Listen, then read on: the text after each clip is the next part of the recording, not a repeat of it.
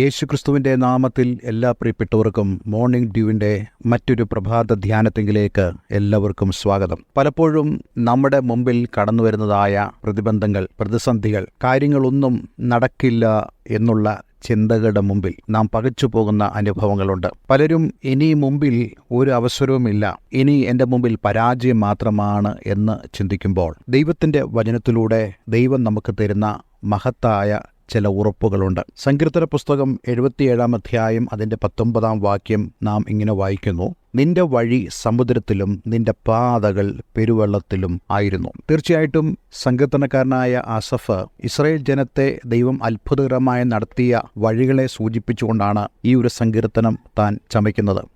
അവർ മിസ്രയീമിൽ നിന്ന് പുറപ്പെട്ട് കനാനിലേക്കുള്ള അവരുടെ പ്രയാണത്തിൽ അവർ ദൈവത്താൽ നയിക്കപ്പെട്ടു എന്ന് നമുക്ക് വായിക്കാൻ കഴിയുന്നുണ്ട്. പകൽ മേഘസ്തംഭവും രാത്രി അഗ്നിത്തോടുമായി ദൈവം അവരെ വഴി നടത്തിയപ്പോൾ ദൈവം അവരെ കൊണ്ടെത്തിച്ചത് ചെങ്കടലിന്റെ മുമ്പിലായിരുന്നു. നമുക്കറിയാം, ഒരു കടൽ നാം കാണുമ്പോൾ അതിന്റെ തിരമാലകൾ ആഞ്ഞ് അടിക്കുമ്പോൾ പലപ്പോഴും മനുഷ്യർ എത്രത്തോളം നിസ്സാരരാണ് എന്നുള്ള ചിന്തയിലേക്ക് നമുക്ക് കടന്നു വരുവാൻ കഴിയും. പക്ഷേ അവിടെ ദൈവമാണ് ഈ സമുദ്രത്തെ സൃഷ്ടിച്ചത് എന്നുള്ള ചിന്ത ഭരിക്കുന്ന ഒരു വ്യക്തിയെ സംബന്ധിച്ചിടത്തോളം ദൈവം വർഷങ്ങൾക്ക് മുമ്പ് ഇസ്രായേൽ ജനത്തെ ചെങ്കടലിലൂടെ നടത്തിയതായ ആ വിധങ്ങളെ ഒന്ന് ഓർക്കുവാൻ കഴിയും. ഇവിടെ നമുക്ക് കാണുവാൻ സാധിക്കുന്നു, നിന്റെ വഴി സമുദ്രത്തിലും നിന്റെ പാതകൾ പെരുവെള്ളത്തിലുമാണ്. ചെങ്കടലിന്റെ മുമ്പിൽ വന്ന ജനത്തിന് ഒരു വഴിയായിരുന്നു ആവശ്യം. വഴി അടഞ്ഞു എന്ന് തോന്നിയപ്പോൾ അവർ പിറുപിറുത്തു, നമുക്ക് തിരിച്ചു പോകാമെന്ന് പറഞ്ഞു. പക്ഷേ മോശ ആ വാക്ക് കൈക്കൊണ്ടില്ല. മോശ അത്ഭുതം പ്രവർത്തിക്കുവാൻ കഴിയുന്ന ദൈവത്തോട്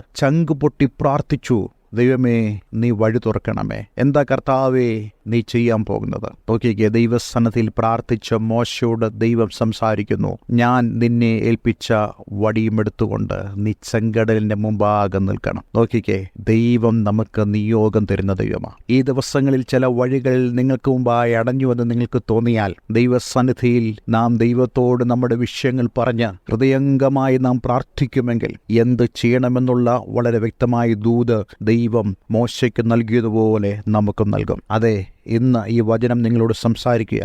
ദൈവത്തിൻ്റെ സന്നിധിയിൽ സന്തോഷ പരിപൂർണതയും അവൻ്റെ വലത്തുഭാഗത്ത് എന്നും പ്രമോദങ്ങളുമുണ്ട്. അതേ, നിങ്ങൾക്ക് വേണ്ടി ദൈവം പ്രവർത്തിക്കുന്ന ദിവസങ്ങളാണ്. മോശ ആ വടിയെടുത്ത് ചെങ്കടലുപാകെ ചെന്ന് ആ വടി നീട്ടിയപ്പോൾ ചെങ്കടൽ രണ്ടായി വിഭജിക്കപ്പെട്ടു. അതേ, വഴി സമുദ്രത്തിലും പാത പെരുവെള്ളത്തിലുമായിരുന്നു. നീ അറിയാത്ത വഴികളും നിഗ്രഹിച്ചിട്ടില്ലാത്ത പാതകളും ഈ ദിവസങ്ങൾ ദൈവം നിനക്ക് വേണ്ടി തുറക്കാൻ പോകുകയാണ്. ഒരു നിമിഷം നോക്ക് പ്രാർത്ഥിക്കാം. സ്വർഗീയ പിതാവേ, ഈ വചനത്തിനായി സ്തോത്രം. നിന്റെ വഴി സമുദ്രത്തിലും നിന്റെ പാത പെരുവെള്ളത്തിലുമായിരുന്നു എന്നുള്ള ഈ വചനം കർത്താവേ, ഈ വചനം കേൾക്കുന്ന പ്രിയപ്പെട്ടവരിൽ ഇന്ന് ഒരു ആശ്വാസത്തിന്റെ വചനമായി, ഒരു വിടുതലിന്റെ വചനമായി അവരുടെ ജീവിതത്തിൽ പരിവർത്തിക്കണമെന്ന് പ്രാർത്ഥിക്കുന്നു. പ്രാർത്ഥന കേട്ടതിനായി നന്ദി. യേശുക്രിസ്തുവിൻ നാമത്തിൽ തന്നെ. ആമേൻ, ആമേൻ. എല്ലാവർക്കും മനോഹരമായൊരു ശുഭദിനം ആശംസിക്കുന്നു. God bless you all.